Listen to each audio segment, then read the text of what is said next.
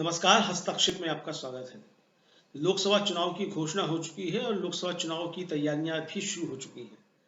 Bharatiya Janata party अपनी तैयारियां कर रही है तो विपक्ष अपनी तैयारियां कर रहा है। लोकसभा चुनाव के दौरान क्या मुद्दे हैं और क्या समीकरण बन रहे हैं, इसकी समीक्षा करने के लिए डीवी लाइव पर एक परिचर्चा का आयोजन किया गया। उस परिचर्चा में मैंने भी हिस्सा लिया। परिचर्चा में कई वरिष्ठ पत्रकारों ने हिस्सा लिया और अपने अपने विश्लेषण प्रस्तुत किए। परिचर्चा का संचालन डीवी लाइव के प्रधान संपादक राजीव रंजन श्रीवास्तव ने किया।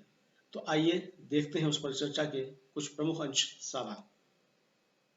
अदालत के जो दांव पेच है उनको थोड़ा ध्यान से देखिए। पहले सुप्रीम कोर्ट की बार का जो अध्यक्ष है वो एक पत्र लिख देता है कि सुप्रीम कोर्ट को इसमें दखल नहीं करना चाहिए। बाद में पूरा सुप्रीम कोर्ट के वकील और सुप्रीम कोर्ट खुद कहती है, कोर्ट की बेंच की, ये एक व्यक्तिगत रूप से लिखा हुआ गया पत्र है और इसके लिए उनको कहीं भी अधिकृत नहीं किया गया था कि वो इस प्रकार का खत लिखे। और आज उस बात को लेकर कोर्ट ने लगभग अध्यक्ष महोदय को डांट पिलाई है। इसके बाद में मसला आया चीखने चिल्लाने का। यह चीखने चिल्लाने की घटना कल भी हुई थी, ऐसा नहीं कि आज ही हुई है। कल भी वहां पर ऐसा ही व्यवहार किया गया था। आज सीजेआई ने वार्निंग दी है। अब आप सोचिए कि आखिर ऐसा क्यों ना हो। थोड़ा सा क्योंकि इस पैनल में सभी विद्वान लोग बैठे हैं, थोड़ा गिनती गिने। 1 खरब 65 अरब 18 करोड़ 10 लाख 99 हजार, ये जो अमाउंट है ना, इस अमाउंट के इलेक्टोरल बॉन्ड है।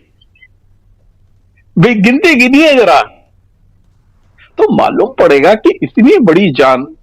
आपको ध्यान होगा कि मैंने आपके एक शो में लगभग पिछले महीने पंचतंत्र की कहानी सुनाई थी। इसके अंदर वो ऋषि वाली कहानी थी कि चूहों की जान जो थी, जब सोने की हड़ा निकाल दिया था तो चूहों ने कूदना बंद कर दिया था। याद होगा शायद जी जी बिल्कुल हमारे दर्शकों को। तो ये उस समय मुझे थोड़ा अंदाज था कि सोने का हड़ा खोदा जाना है। ये जो चूहे कूद नहीं पा रहे हैं ना ऊपर तक, उसका ये कुलबुलाहट है। और जिस तरीके से मोदी जी और मोदी जी के गिरोह के पत्रकार, मैं दुर्भाग्य से देखता हूं कि पत्रकारों का बुद्धि और विवेक इतना शून्य कैसे हो चुका है। राहुल गांधी के कल के बयान को हम शक्ति से लड़ रहे हैं, उन्होंने शक्ति रूपा के रूप में ले लिया। अरे भाई, त्रेता और द्वापर दोनों युग में आसुरी शक्तियों का विमर्श है। समुद्र मंथन के समय कहा गया कि एक तरफ आसुरी शक्ति थी, एक तरफ देव शक्ति थी। शक्ति का मतलब ताकत से ही है। शक्ति कोई देवी स्वरूपा नहीं होती है, शक्ति रूपा होती है देवी, लेकिन आसुरी रूपा भी शक्ति होती है। यानी पढ़े लिखे समझदार लोग उस चीज को इस तरीके से प्रस्तुत कर रहे हैं कि जैसे उन्होंने न तो रामायण काल की कुछ किताबें पढ़ी, न महाभारत काल की पढ़ी। भाई वो राहुल गांधी स्पष्ट कह रहे कि मैं आसुरी शक्तियों से निपट रहे हैं, व्यक्ति से नहीं निपट रहे हैं। और मोदी जी दुर्भाग्य से देश के सबसे बुरे प्रधानमंत्री हैं, जो हर समय किसी चीज को मिस इंटरप्रिटेट करते हैं और उसका इमोशनल ब्लैकमेल करते हैं। जैसे उन्होंने पिछली बार मेरे को पिछड़ा होने को गाली बकी, मेरे पिताजी को नहीं, पिछड़ी जाति को गाली का भी कर दिया था, फिर परिवार को गाली बकी। ये सब वो जो करते रहते हैं ना, ये एक बड़ा अनफॉर्चुनेट है और ये उससे उनको बचना चाहिए। हालांकि मुझे लगता है कि जब आदमी बौखलाता है तो इसी तरीके की हरकतें करता है और मोदी जी इस समय नहायत बौखलाए हुए हैं।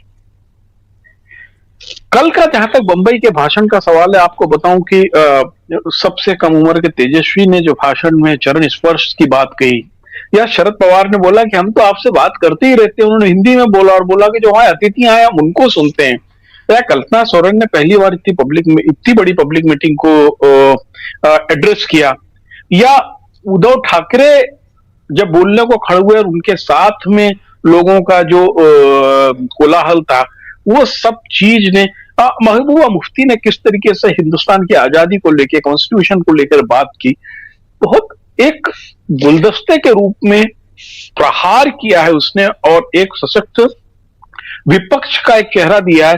जो लोग कहते हैं कि हम विपक्ष के पास में चेहरा नहीं, विपक्ष के पास में विचार नहीं है, उनके सामने कल एक बहुत बड़ा इंद्रधनुषी रंग था, और जाहिर है कि इससे इनका बौखलाना लाजमी है।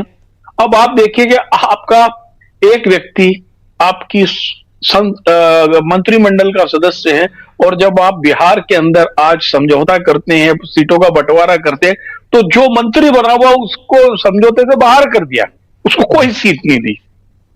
तो ये जो जिस तरीके की बौखलाहट दिख रही है उनके उसमें, क्योंकि अभी उनको क्या लग रहा था कि इरिटेट करके, प्रकट करके किसी तरीके से इंडिया गठबंधन या भारत गठबंधन की सीटों की घोषणा हो जाए, उसके बाद वो जोड़ तोड़ कर सके, खरीद कर सके, गणित लगा सके।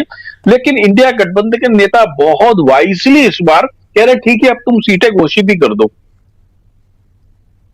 तो ये जो उनकी जो चुनाव की तकनीक है और चुनाव की जो नीति है, उस पे बहुत बड़ी चोट लग रही है। और सबसे बड़ी चीज है कि कर्नाटका और तेलंगाना के चुनाव में जिस तरीके से टीम सैम पित्रोदा ने काम करके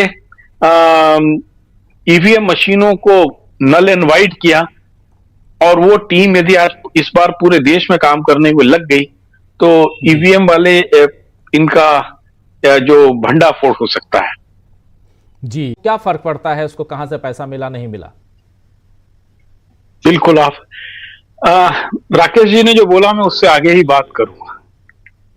आप ये मान के चलें कि आज अभी जब हम बैठे हैं तो अरहर दाल 150 रुपए से ऊपर है, सामान्य वाली, और अच्छी वाली 215 तक है।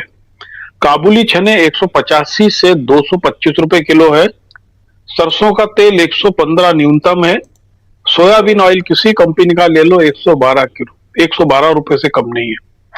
मैं ये आंकड़े आपको इसलिए दे रहा हूं कि जब हम देश के जागरूक लोग, हमसे मेरा मतलब है कि yes, being a journalist, being a aware person, we are also one of the party for the constitution and the country. हम लोगों को यह बता पाएंगे कि कौन नरप हो, हमें क्या हानि वाला अब ये जमाना नहीं है। यदि एक पार्टी चंदा लेती है किसी इंडस्ट्रियलिस्ट से, तो ये एक पार्टी और इंडस्ट्रियलिस्ट का धंधा नहीं है। इसके अंदर ये पैसा मेरे और आपकी जेब में जा रहा है। किसी Adani, Ambani, Soma company, bank company, उसने अपने घर से नोट नहीं छापे हैं। जब 42 रुपए किसान को छोले मिल रहे हैं और बाजार में 185 बिक रहा है, जब 21 रुपए दाल, अरहर दाल का किसान को मिल रहा है और वो 200 रुपए बिक रही है, तो ये जो बीच का मुनाफा है, ये जो महंगाई बढ़ती है, जो मेरी जेब पे खर्चा पड़ता है, 65 रुपए वाला पेट्रोल 112 करके 2 रुपए कम किया जाता है, ये हमारी आपकी जेब से जाता है। और हमारी आपकी जेब से इसलिए जाता है क्योंकि इंडस्ट्रियलिस्ट बड़ा मुनाफा कमाता है। वो जितना बड़ा मुनाफा कमाता है, उसके मुनाफाखोरी में सरकार कोई दखल नहीं देती है और वो उसका हिस्सा सीधे अपनी जेब में ले जाती है। जब आप जन सरोकार के इतने काम कर रहे हैं, तो आपको 600 करोड़ रुपए के ऑफिस की क्या जरूरत है? आपको हर दिन 2 करोड़ रुपए के अकेले डिजिटल विज्ञापन देने की क्या जरूरत है? ये खर्चा जो चंदे के रूप में, घूस के रूप में लिया जा रहा है, वो वास्तव में आम आदमी को महंगाई, बेरोजगारी, त्रासदी की चोट दे रहा है। देखिए ना, रेलवे में पैसेंजर ट्रेन खत्म होती चली जा रही, वो कह रहे हैं हम तो सब एसी ट्रेन चलाएंगे, इससे जनता को फायदा हो। लेकिन आप सोचिए कि जो सफर में 2 साल पहले 40 रुपए में करता था, आज मेरी मजबूरी है कि उस ट्रैक की ट्रेन खत्म हो गई है, मुझको उसके लिए 300 रुपए देने ही है। अलग अलग राज्यों के राज्य परिवहन निगम की बसेस आपने खत्म कर दी, इसलिए क्योंकि लोग मोटरसाइकिल खरीदे, जिसकी औकात है वो कार खरीदे, वो पेट्रोल खरीदे थे। तो ये जो चंदा जा रहा है, यदि एक कार कंपनी चंदा दे रही है, एक मोटरसाइकिल कंपनी चंदा दे रही है, तो इसलिए दे रही है क्योंकि सरकार कह रही है कि दिल्ली में चलने वाली गाड़ी 10 साल में कंडम हो जाएगी, तो उनको नया खरीदना जरूरी है। जी। ये जो पैसा जा रहा है किसी इंडस्ट्रीज की अपनी जेब से नहीं जा रहा है, हम लोगों पर जो महंगाई की मार पड़ रही है उसके बड़े हिस्से के रूप में जा रहा है।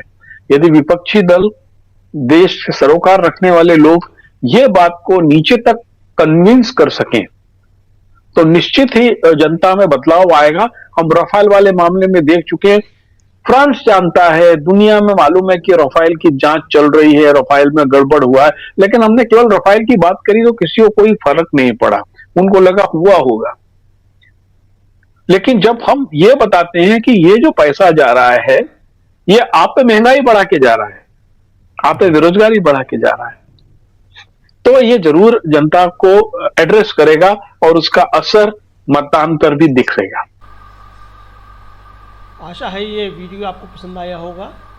इसको ज़्यादा से ज़्यादा शेयर करें, लाइक करें, सब्सक्राइब करें चैनल को, फेसबुक पेज को फॉलो करें और ज़्यादा से ज़्यादा इसको सब्सक्राइब करें।